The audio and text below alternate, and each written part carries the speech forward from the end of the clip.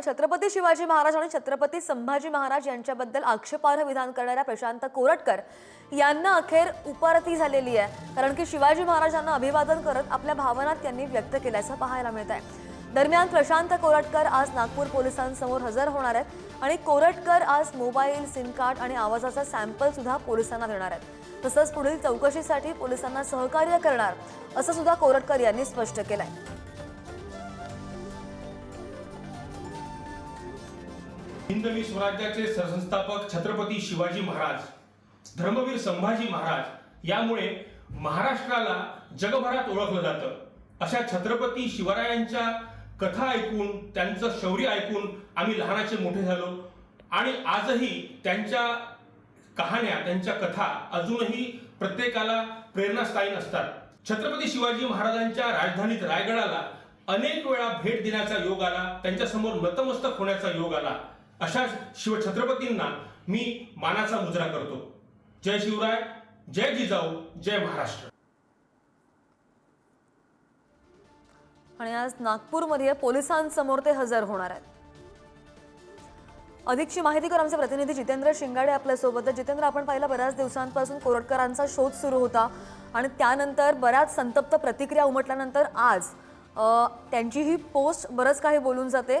पोलिसांना सहकार्य करण्यासाठी ते नागपूरमध्ये सुद्धा आज दाखल होत आहे।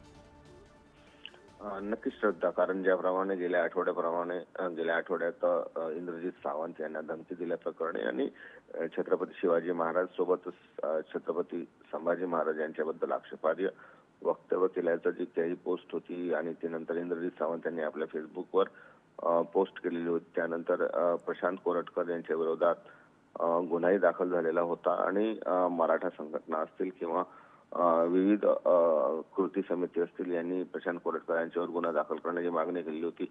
गुन्हा दाखलही करण्यात आलेला होता, मात्र दरम्यानच्या काळामध्ये त्यांना आता कोर्टाने अंतरिम जामीनही दिलेला आहे। त्यानंतर प्रशांत कोरटकर यांनी एक व्हिडिओ जारी करत आपण छत्रपती शिवाजी महाराज आणि संभाजी महाराज यांच्याबद्दल काय आपलं भावना आहे त्या व्यक्त केल्या आहेत। त्याचबरोबर तो व्हिडिओ जारी केला आणि त्यानंतर आता नागपुरात पोलिसांना सहकार्य करत असणारा आपला व्हिडिओ देखील जारी केलेला आहे आणि आपला सिम आणि मोबाईल जो काही आहे ते त्यासोबतच आवाजाचे नमुने आपण देणार असल्याचं त्यांनी सांगितलेलं आहे। त्यानंतर आता सायबर पोलीस स्टेशनवरती आज येणार आणि त्यानंतर आपले आवाजाचे नमुने आणि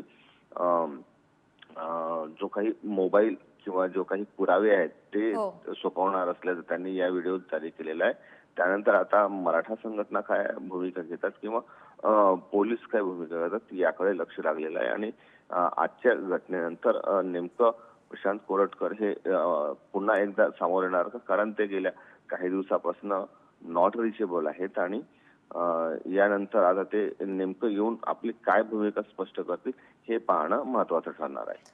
हो, कुठेतरी नरमाईचा सूर पाहायला मिळतोय आणि त्यांची भूमिका पाहणं महत्त्वाचं असेल। धन्यवाद दिलेल्या सगळ्या सविस्तर माहितीसाठी।